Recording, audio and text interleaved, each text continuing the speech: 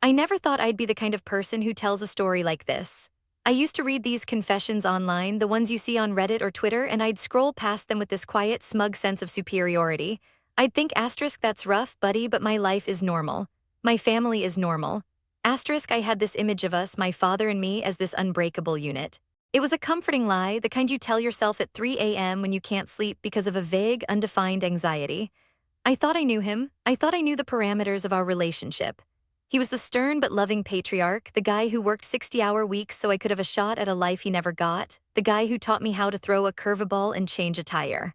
He was my hero, but in that distant, complicated way fathers are to their sons. I loved him, but I didn't always like him. He was my dad, and that was supposed to be enough. My apartment is a small one-bedroom place in a converted warehouse in the Arts District, downtown LA. It's got exposed brick-high ceilings and this weird, sweet spot where the afternoon sun turns the whole living room into a golden, dusty haze. It's my sanctuary. It's the first place I ever bought with my own money, a testament to my years of grinding as a graphic designer for a tech startup that thankfully didn't crash and burn. I'm proud of it. It's got that curated, slightly messy look that costs a fortune to achieve but is supposed to look effortless. When my best friend Leo called me last month, his voice cracking over the static of a bad connection, I didn't hesitate. He'd just been served with divorce papers. His wife Sarah had cleaned out their joint account and was staying with her sister in San Diego. He was a ghost in his own house, wandering through the wreckage of his marriage. He needed to get out, he said. He needed space, so I did what any friend would do. I told him to crash on my couch for a while. It was supposed to be a week, maybe two. He'd been living in a fog, and I thought a change of scenery would do him good. We'd been best friends since freshman year at UC Berkeley, bonded by cheap beer, a shared love for 90s alternative rock, and a mutual disdain for our economics professor. He was the best man at my wedding, the guy who held my hair back when I got food poisoning in Vegas, the brother I never had. I trusted him implicitly. Having him in my space was natural, like slipping on an old, worn-out pair of sneakers. He'd sleep on the couch, I'd make coffee in the morning, and we'd bitch about the world. It was a temporary fix for his broken life, and I was happy to offer it. It made me feel like a good person, a reliable anchor in his storm. I'm an early riser. It's a byproduct of my father's discipline. The man is up at 5 a.m. every single day, rain or shine, and he drilled that into me. But last Thursday, a client deadline had me working until the wee hours of the morning. The blue light of my monitor had scorched my retinas, and by the time I finally closed my laptop, I felt like I was hallucinating. I had to be back at the office for a presentation at 8 a.m., which meant I needed to be on the 110 freeway by 6:30 to beat the soul-crushing LA traffic. My plan was simple: go home, grab a fresh shirt, take a power nap for an hour, and then head out. It was a military operation, precise and efficient. The air in the parking garage was thick and heavy, carrying the scent of exhaust fumes and damp concrete. I hit the button on my key fob and my sedan chirped in the near silence. The drive home was a blur of streetlights and the distant hum of the city. I was exhausted, my body running on fumes and adrenaline. My brain was stuck in a loop, reviewing the presentation slides over and over. I wasn't thinking about Leo. I wasn't thinking about my father. I was just trying to stay awake. I pulled into my designated spot in the building's underground lot, killed the engine, and sat there for a moment, the silence rushing in to fill the void left by the car's hum. I ran a hand over my face, feeling the stubble, and let out a long, heavy breath. I felt like I was carrying the weight of the world on my shoulders. I just needed a shower and an hour of unconsciousness. I took the elevator up, the soft asterisk ding asterisk of each floor punctuating the silence. The hallway was dead quiet.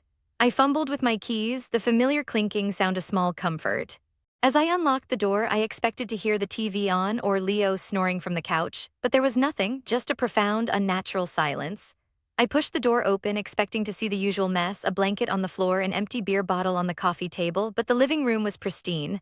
The couch was perfectly made, the pillows fluffed and arranged. It was eerie, it was wrong, it was then that I heard it. A low, muffled voice coming from my bedroom, it was my father's voice. My heart did a strange, uncomfortable lurch. What the hell was my dad doing here at 5:30 in the morning? My mind immediately raced to the worst-case scenarios. Mom, had something happened to Mom? Was she okay? A cold, pricking fear skittered down my spine. I tiptoed across the hardwood floor, my bare feet silent against the cool wood. The bedroom door was slightly ajar, a sliver of light spilling out into the dark hallway. My stomach was churning. I was terrified of what I was about to walk in on. I put my hand on the door, my palm clammy, and pushed it open just a few inches wider. The sight that greeted me froze the blood in my veins. My father was sitting on the edge of my bed, but he wasn't alone. He was sitting next to Leo, and they were holding hands. My father was speaking in a low, soft tone I'd never heard him use. It was tender, it was intimate. He reached over and brushed a stray lock of hair from Leo's forehead. Leo looked up at him, his eyes red-rimmed and wet. He was leaning into my father, seeking comfort. I watched as my father pulled Leo into a tight embrace, his hand cradling the back of his head, just like he used to do with me when I was a kid and had a nightmare. My father was whispering something to him, something I couldn't quite hear, but I saw Leo nod, his shoulders shaking with silent sobs. I stood there, paralyzed. I felt like I was in a nightmare, a surreal, waking horror. My brain was screaming at me, trying to process the image, trying to find a logical explanation that would make it all go away. But there was none. My father, the stoic, emotionally repressed man who could barely bring himself to say "I love you" on the phone, was cradling my best friend in his arms in the middle of the night, in my apartment, on my bed. A deep, guttural rage began to bubble up from somewhere deep inside my chest, a hot, acidic feeling that burned its way up my throat. It felt like my whole world was tilting on its axis. It wasn't just the betrayal of my friend, which was horrific enough. It was the betrayal of my father. The man I had looked up to my entire life, the man who defined what it meant to be a man in my head, was a stranger. Everything I thought I knew about him was a lie. The foundation of my entire childhood, my entire understanding of who I was crumbling in real time. But then something else cut through the fury. A thought, small and insidious, that stopped me from kicking the door down. It was the memory of my mother who had been married to my father for 35 years, my mother who made him his coffee every morning, my mother who still giggled like a teenager when he kissed her neck. I thought of the life they had built together, the family dinners, the vacations, the quiet, comfortable routine of their existence. What was this? Was this a secret he had been keeping from her their entire marriage, or was this a new development? The thought was so abhorrent, so utterly catastrophic, that it physically weakened me. I couldn't process it. I couldn't breathe. I backed away from the door, my movements mechanical. I felt like I was watching myself from above, a detached observer in my own body. I retreated into the kitchen, the cool tiles shocking my bare feet. I leaned against the counter, gripping the edge so hard my knuckles turned white. I stared at the coffee maker, the one Leo had used just that morning.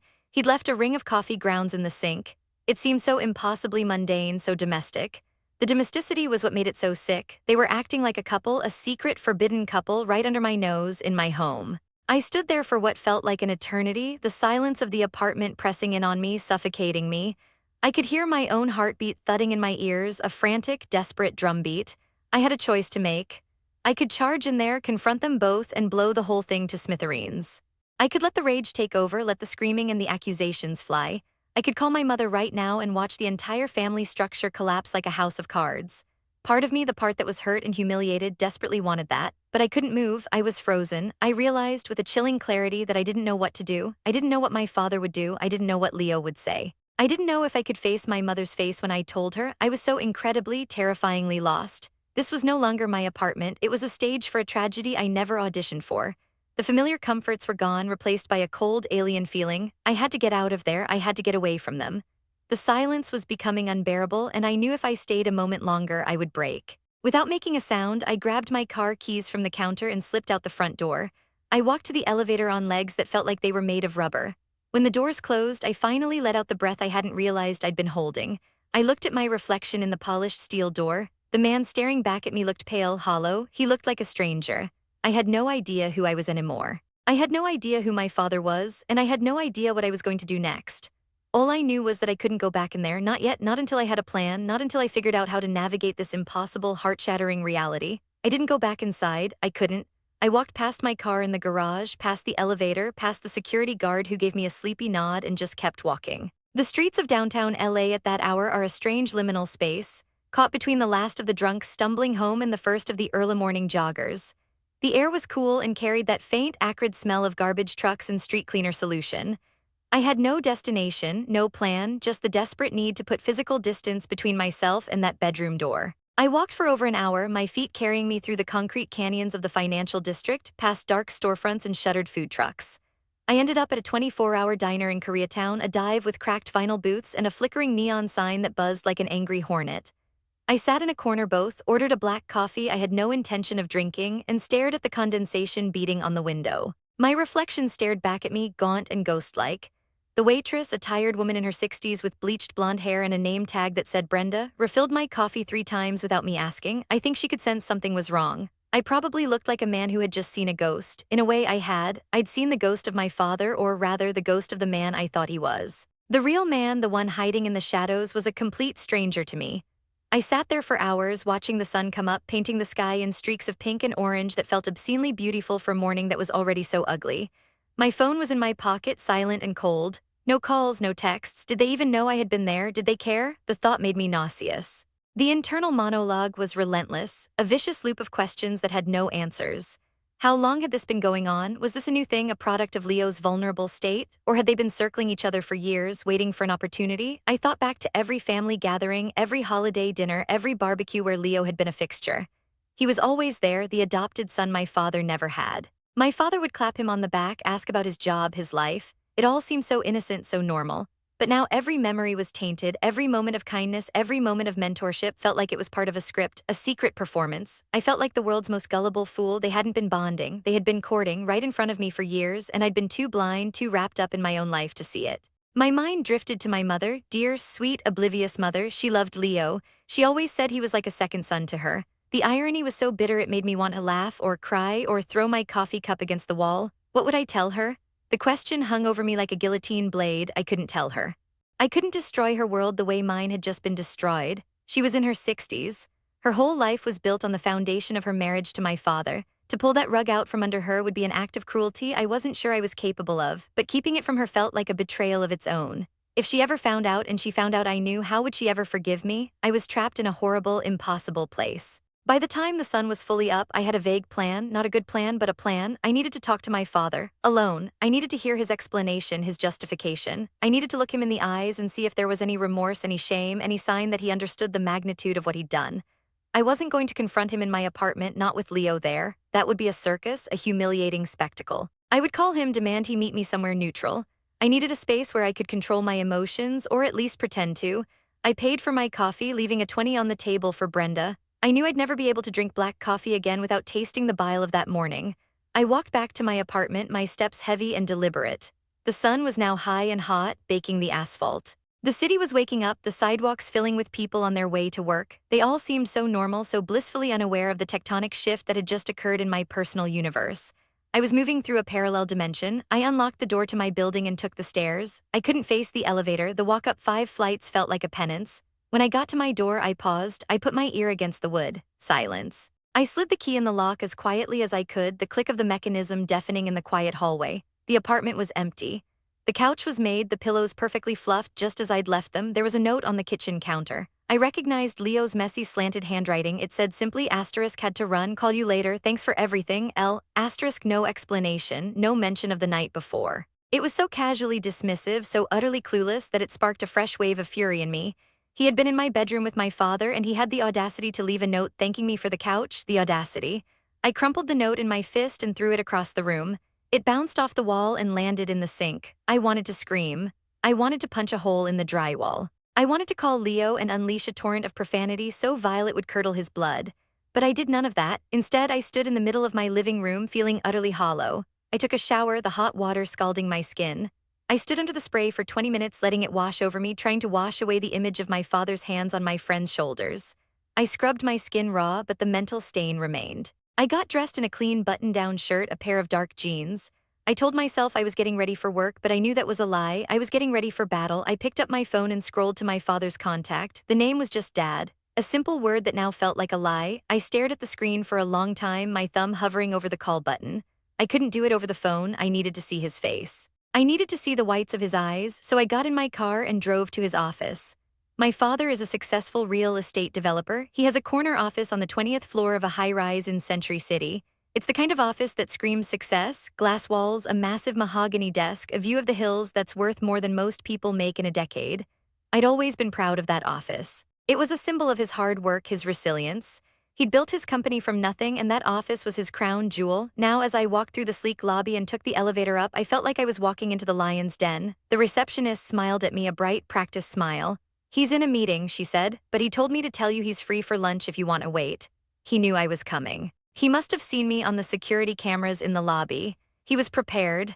I waited in his office, standing by the window, looking down at the miniature cars on the street below. I felt like I was looking at my entire life from this high vantage point, small and insignificant. When he finally walked in, I didn't turn around. I heard the door close behind him, heard the soft click of his shoes on the hardwood floor. "Son," he said, his voice was calm, measured, the same voice he'd used to comfort my friend.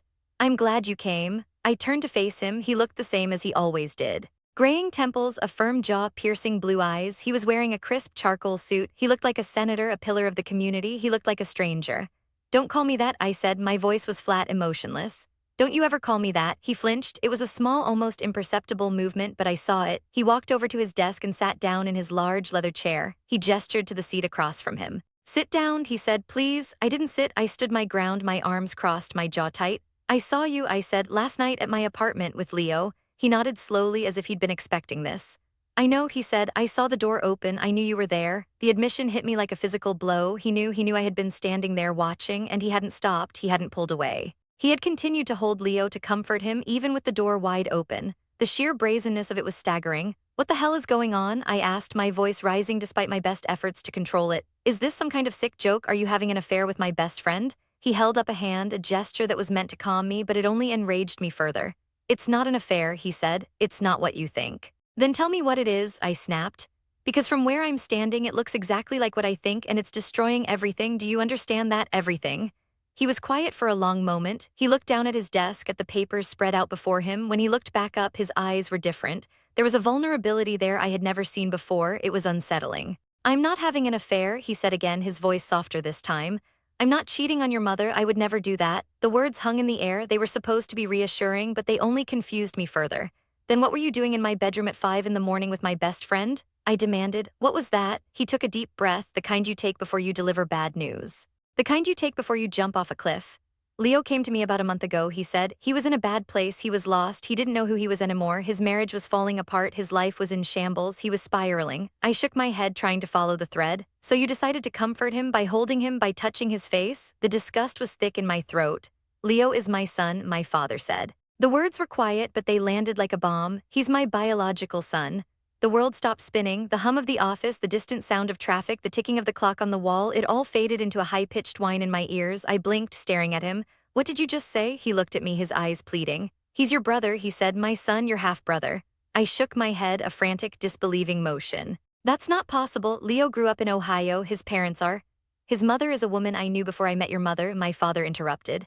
We were young, it was a brief thing. She got pregnant and she didn't want to keep the baby. She gave him up for adoption. The family in Ohio adopted him. I only found out a few months ago. Leo found out a few months ago. He was trying to find his birth parents and the search led back to me. My legs gave out. I collapsed into the chair across from him. My brain was screaming, rejecting the information. Leo was my brother, my best friend. The guy who had crashed on my couch was my fucking brother. It was too impossible. It was too absurd. How did you know? I whispered. How did you know it was him? He pulled a folder from his desk. He slid it across the polished wood to me. I opened it with trembling hands. Inside were DNA test results, official documents, birth certificates. The evidence was irrefutable. Leo's birth mother's name was on the paperwork, and my father's signature was on a legal affidavit acknowledging paternity.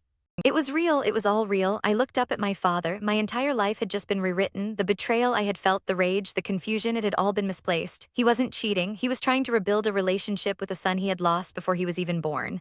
He was so broken, my father said. When he found out the truth, he shut down. He pushed everyone away. He felt like he didn't belong anywhere. That's why he came to you. He needed a place to stay, but more than that, he needed a connection. He didn't know how to tell you. He didn't know if you would accept him. He didn't want to lose you.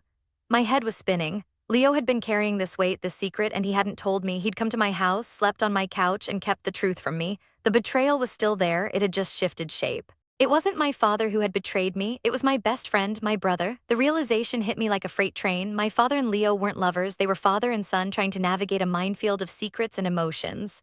The image I had seen in the bedroom, the tender embrace, the whispered words, it wasn't intimacy. It was comfort. It was a father trying to soothe a son he had only recently discovered. I had walked in on something sacred and I had misinterpreted it as something profane. The shame washed over me like cold water. I had judged my father so harshly, so immediately. I had assumed the worst. I had let my own insecurities and fears paint a picture that was ugly and wrong, but even as the relief began to seep in, a new, darker thought took root. Why hadn't Leo told me? Why had he kept this secret? We had been friends for over a decade. We had shared everything. And now I found out that he was my brother and he hadn't trusted me enough to tell me the truth. The trust that had been the bedrock of our friendship was shattered. I had a brother who had been in my life for years without either of us knowing it, and now that the truth was out, I didn't know if I could look at him the same way. I didn't know if I could forgive him for the silence. My father was watching me, his eyes searching my face. I know this is a lot, he said. I know it's overwhelming, but I need you to understand something. This doesn't change how I feel about you. You are my son. You have always been my son. Nothing will ever change that. But Leo is my son too, and he needs us. He needs his family. I looked at him, this man who had kept a secret for 30 years, this man who was suddenly so much more complicated than I had ever imagined. Why didn't you tell me? I asked, my voice cracking. Why did I have to find out this way? He looked down, a flicker of guilt in his eyes. I didn't know how, he said. I was afraid you wouldn't understand. I was afraid you'd hate me. The irony was almost too much. I had hated him. For a few hours, I had despised him with every fiber of my being, and now I was just exhausted. The anger had burned out, leaving behind a smoking crater of confusion and hurt. I had a brother, my best friend was my brother, my father had a secret son, and nothing in my life was ever going to be the same. I sat there in the corner office, the skyline of Los Angeles spread out behind me, and I felt a profound sense of disorientation. The ground had shifted beneath my feet, and I wasn't sure I'd ever find solid footing again. The drive back to my apartment was a blur of red lights and honking horns. I don't remember most of it. I remember gripping the steering wheel so hard my knuckles ached. I remember the sun glaring off the windshields of the cars around me, turning the freeway into a river of blinding light. But mostly I remember the silence. My father's words were still echoing in my head, bouncing around the hollow space where my anger used to be. Asterisk, he's your brother. Asterisk, the phrase felt foreign, like a language I didn't speak.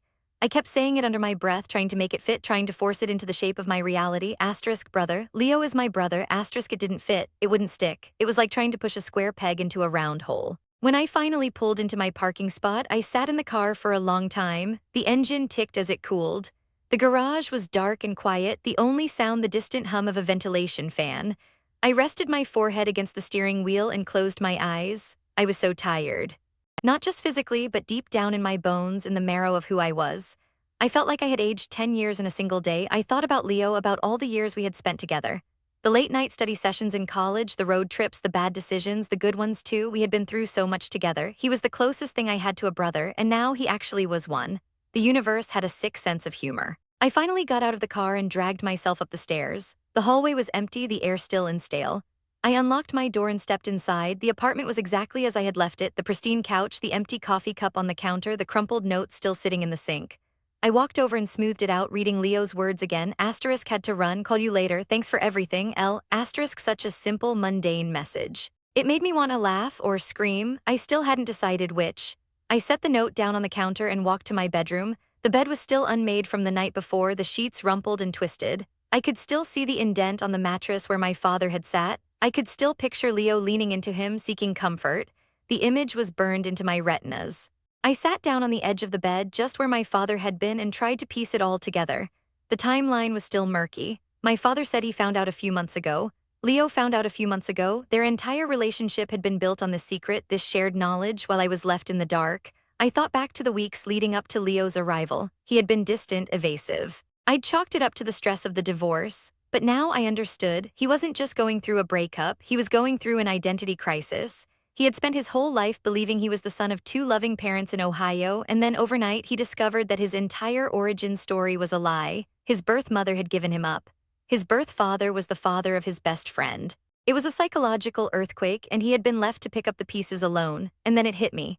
The divorce. Sarah had left him. She had cleaned out their bank account and run off to her sister's house in San Diego. At the time, I had been so focused on being a supportive friend that I hadn't asked the obvious question, why? Why had she left? What had prompted her to walk out on a marriage that from the outside had seemed solid? I had assumed it was the usual suspects, growing apart, infidelity, money problems. But now a dark, creeping suspicion began to form in my mind. What if she had found out? What if Leo had told her the truth about his parentage and she had reacted badly? What if she couldn't handle the weight of the secret? The thought made my stomach churn. If Sarah had left him because of this, then Leo had been carrying that rejection on top of everything else.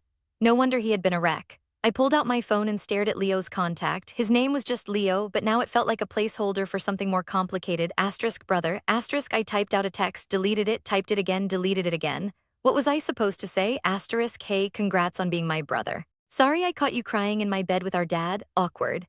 Asterisk, there was no good way to start that conversation. I set the phone down and ran my hands through my hair. I needed to talk to him. I needed to hear his side of the story, but I also needed to process my own feelings first. I was still reeling from the shock. I was still trying to figure out how I felt about all of this. I decided to go for a walk. I needed to clear my head to escape the four walls that had become a prison of memories.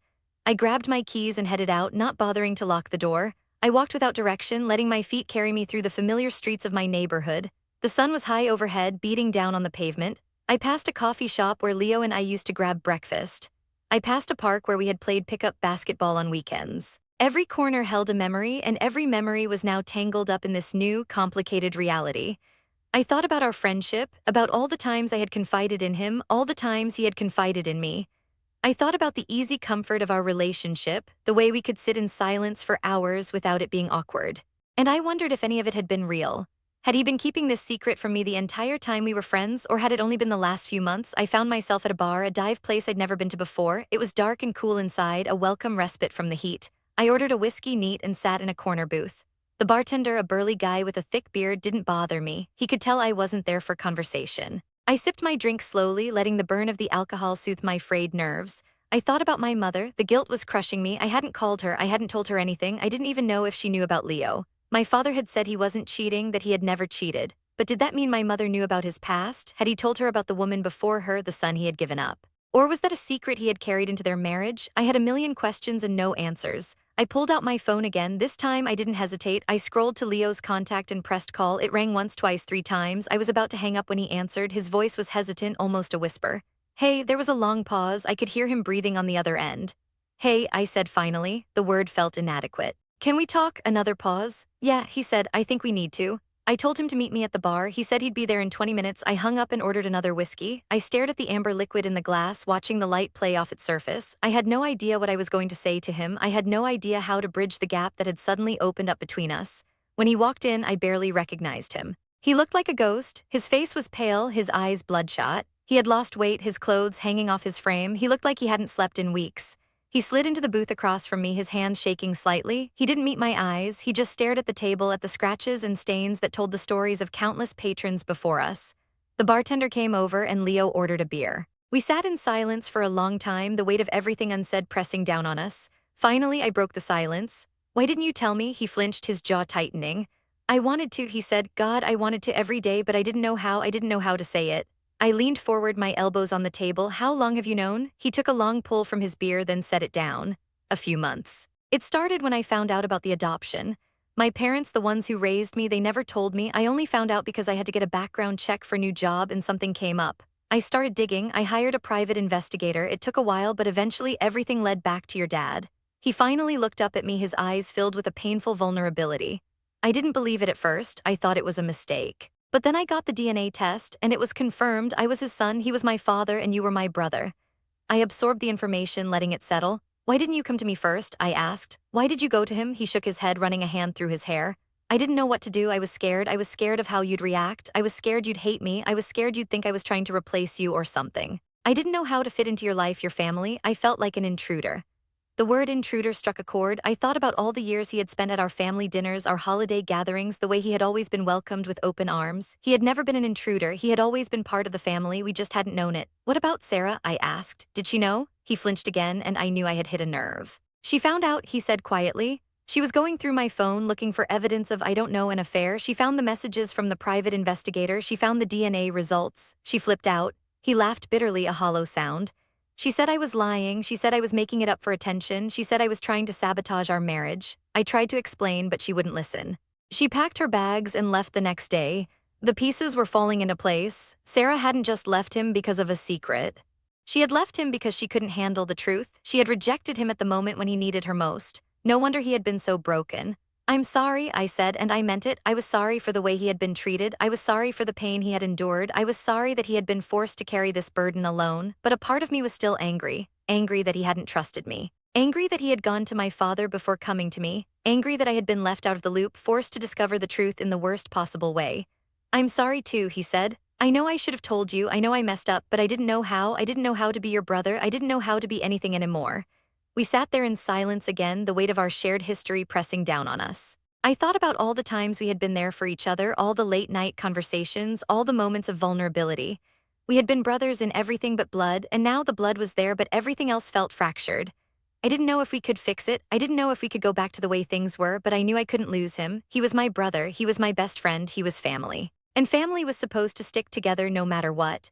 We'll figure this out, I said finally. I don't know how, but we will. He looked at me, a flicker of hope in his eyes. You mean it? I nodded. Yeah, I mean it. He reached across the table and grabbed my hand. It was a gesture so unlike him, so raw and emotional that it took me by surprise, but I didn't pull away. I squeezed his hand and held on. We were brothers. And we were going to get through this together.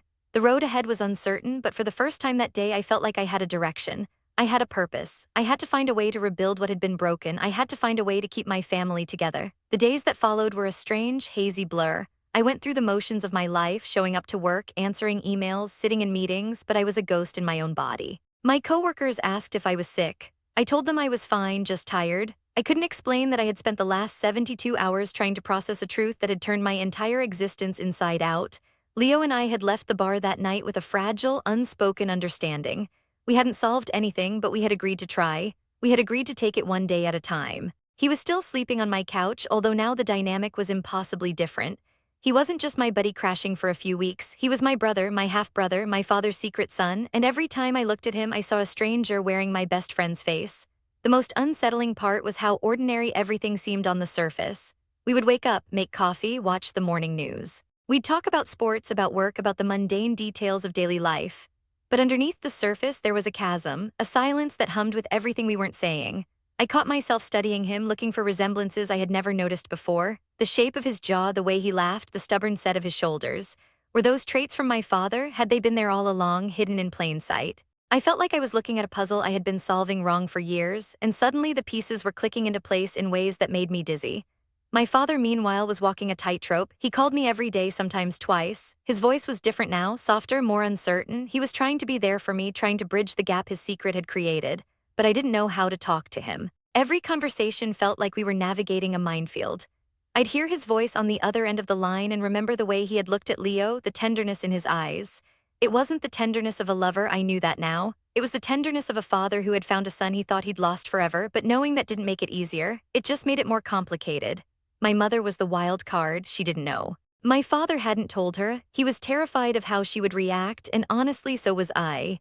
She was the heart of our family, the glue that held everything together.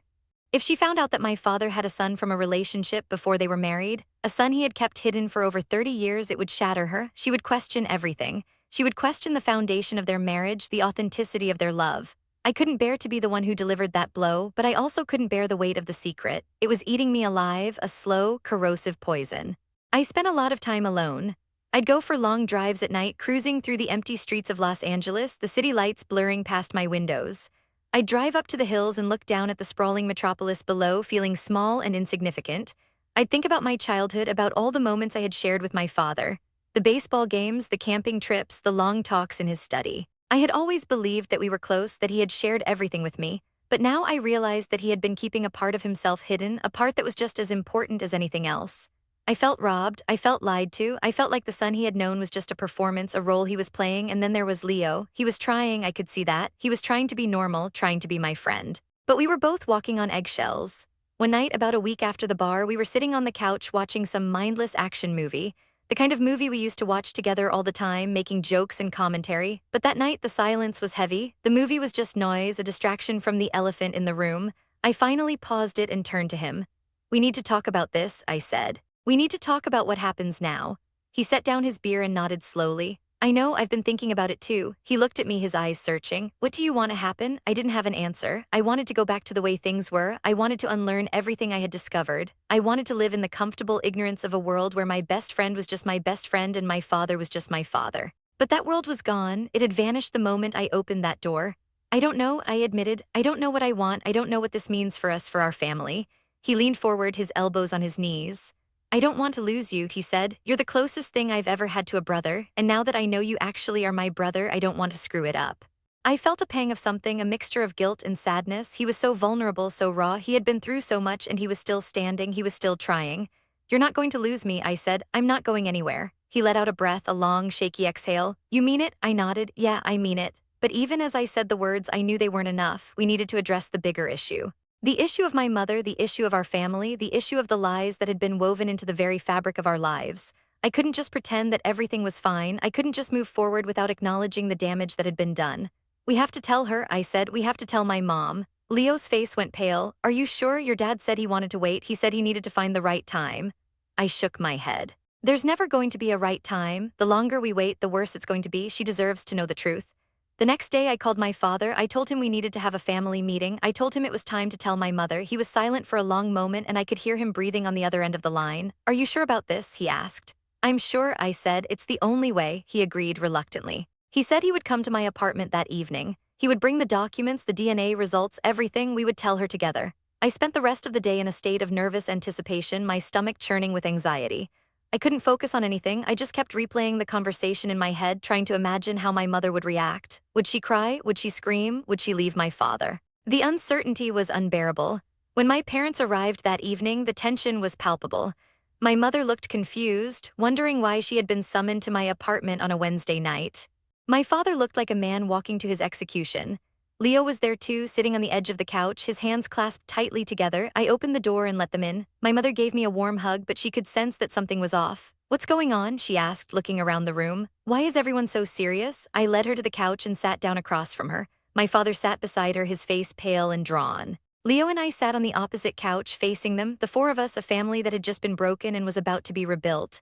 Mom, I said, my voice trembling slightly. I need to tell you something. It's about Leo, it's about Dad. She looked at me, then at my father, then back at me. Her eyes were wide with confusion. What about Leo? What about your father? I took a deep breath. Leo is Dad's son. He's his biological son. From a relationship before you two were married. The words hung in the air, heavy and brutal. My mother stared at me, her face frozen in shock. She didn't speak for a long time. She just sat there processing. Then she turned to my father. Is this true? She asked, her voice barely a whisper. He nodded, unable to meet her eyes. It's true. I'm so sorry. I should have told you a long time ago. I was afraid. I was ashamed. My mother didn't explode. She didn't scream or cry or throw things. She just sat there, her hands in her lap, her face unreadable. The silence stretched on, agonizing and endless. Finally, she spoke. You lied to me, she said. For 30 years, you lied to me. My father reached for her hand, but she pulled away. I know, he said. I know I did, and I'm so sorry. I was young. I was scared. I didn't know how to tell you. And as the years went on, it just got harder and harder. I thought I was protecting you. I thought I was protecting our family. She shook her head slowly. You weren't protecting me, you were protecting yourself. You were hiding from the consequences of your choices. I watched the exchange, my heart breaking. My mother was so strong, so composed, but I could see the pain in her eyes, the deep, profound hurt. She had spent her whole life trusting my father, building a life with him, and now she had discovered that he had been keeping a secret that was fundamental to who he was. It was a betrayal of the highest order, but it wasn't the kind of betrayal I had originally feared. It wasn't about love or fidelity, it was about honesty, it was about trust, and I didn't know if she could ever forgive him for that. Leo spoke up, his voice shaking. I'm so sorry, Mrs. Miller. I didn't know how to tell you. I didn't want to hurt you. I never asked for any of this. My mother looked at him and her expression softened. You're not the one who should be apologizing, she said. You didn't do anything wrong. You're just a victim of circumstances. You're not to blame. She reached over and took his hand. You're family. You've always been family. You were family before we even knew the truth. Leo's eyes filled with tears. He had been carrying this burden for so long, and hearing her say those words was like a release. It was absolution. I looked at my family, the four of us sitting in my small apartment, and I felt a strange sense of hope. The road ahead was going to be difficult. There was a lot of healing to be done, a lot of trust to rebuild, but we had taken the first step. We had told the truth. We had faced the pain together. And that was the only way forward. I didn't know if my mother and father could repair their relationship. I didn't know if Leo and I could ever go back to the easy friendship we had once shared. But I knew that we would try, we would fight for each other, we would work through the hurt and the confusion and the anger, we would find a way to make it work, because that's what families do. They don't give up, they don't walk away. They stand by each other even when it's hard, even when it's messy, even when it feels like the world is falling apart. We had been handed a complicated, painful truth, but we had also been handed a gift, a new member of the family, a brother, a son, and we were going to embrace that gift no matter how difficult the path was. I looked at Leo and I saw my brother. I saw the person who had been there for me through thick and thin, the person who had always had my back, and I realized that nothing had really changed. He was still the same person he had always been. He had just been revealed to me in a new light. My mother stood up and walked to the window, looking out at the city below. I need some time, she said. I need to think. My father stood up and walked over to her, standing a few feet away. I'll give you all the time you need, he said. I love you, I've always loved you, and I'll spend the rest of my life trying to make this right. She didn't turn around, but she didn't pull away either. It was a small gesture, but it was enough. It was a sign that there was still hope, that their marriage was worth fighting for. Leo stood up too. I think I should go, he said. I've caused enough trouble. I grabbed his arm. No, I said, you stay, you're part of this family now, you're not going anywhere. He looked at me, his eyes red-rimmed. Are you sure? I nodded, I'm sure. He sat back down and I sat beside him. My mother turned from the window and looked at us, her expression softening. We'll get through this, she said. Together, we're family and family doesn't give up. I felt a lump form in my throat. It was the first time she had used that word to include Leo, family. It was the first step toward a new beginning. That night, we ordered pizza and sat around my small living room talking about nothing and everything. We laughed, we cried. We told stories about the past and made plans for the future. It was awkward and messy and imperfect, but it was real. It was the first time in weeks that I felt like I could breathe. The secret was out, the lies had been exposed, and now we could start the hard work of rebuilding. It wasn't going to be easy. There would be more tears, more difficult conversations, more moments of doubt, but we had each other. And that was enough. I thought about my father sitting on my couch, his arm around my mother. He had made mistakes. He had lied, he had kept secrets, but he was also a man who had spent his whole life providing for his family, loving his wife, raising his son. He was flawed and human just like the rest of us, and he was trying. He was trying to make amends. He was trying to be a better man, and that was all any of us could do. Leo was my brother, my best friend. My blood, and I was going to be there for him no matter what. I was going to be the brother he had never had. I was going to be the family he had always deserved. As I lay in bed that night, staring at the ceiling, I felt a profound sense of peace. The weight that had been pressing down on my chest was gone. The anger and confusion had faded, replaced by a quiet acceptance. This was my life now. This was my family. Messy and complicated and beautiful, and I wouldn't have it any other way. I closed my eyes and let sleep take me, ready to face whatever tomorrow would bring.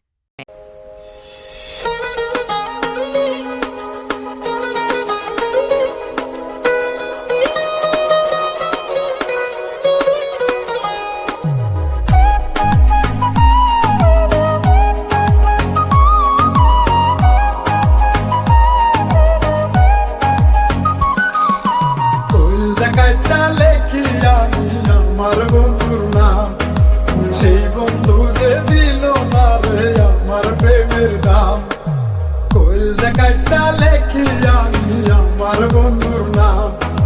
সেই বন্ধু যে দিল না রে আমার প্রেমের দাম, কইলজার মাঝে রইল স্মৃতি বন্ধু আমার নাই। বন্ধুর লাগি এখন আমার কইলজা পুরে যায়। কইলজা কাইটা দিলাম আমি আমার প্রেমের দাম, বন্ধু আমার দিল না রে কইলজা কাটার নাম। কইলজা কাইটা দিলাম আমি আমার প্রেমের দাম, বন্ধু আমার দিল না রে কইলজা কাটার নাম।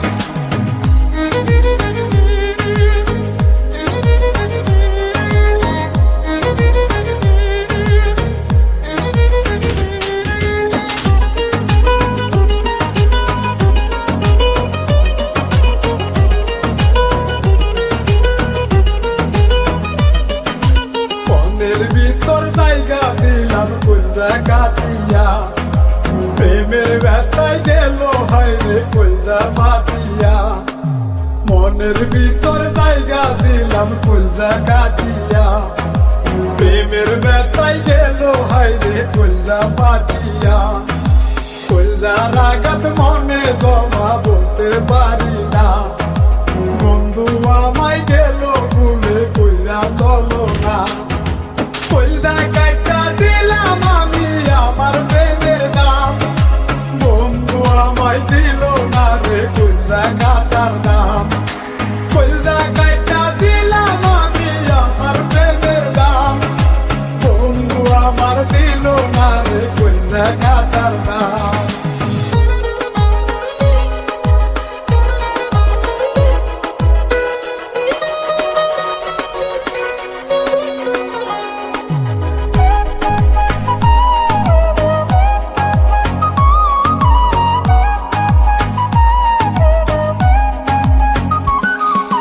কইলজার মাঝে নামলে কিয়া করলো বেইমানি, কইলজা কাটার ভালোবাসায় জন্য চোখের পানি।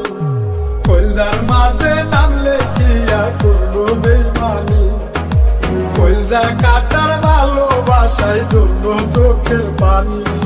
প্রাণের বন্ধু দিল আঘাত আমার কলিজা, কইলজা কাটার ভালোবাসার কান্না হলো ঠাই। কইলজা কাইটা দিলাম আমি আমার প্রেমের দাম, বন্ধু আমার দিল না রে কইলজা কাটার নাম। কইলজা কাইটা দিলাম আমি আমার প্রেমের দাম, বন্ধু আমায় দিল না রে কইলজা কাটার নাম।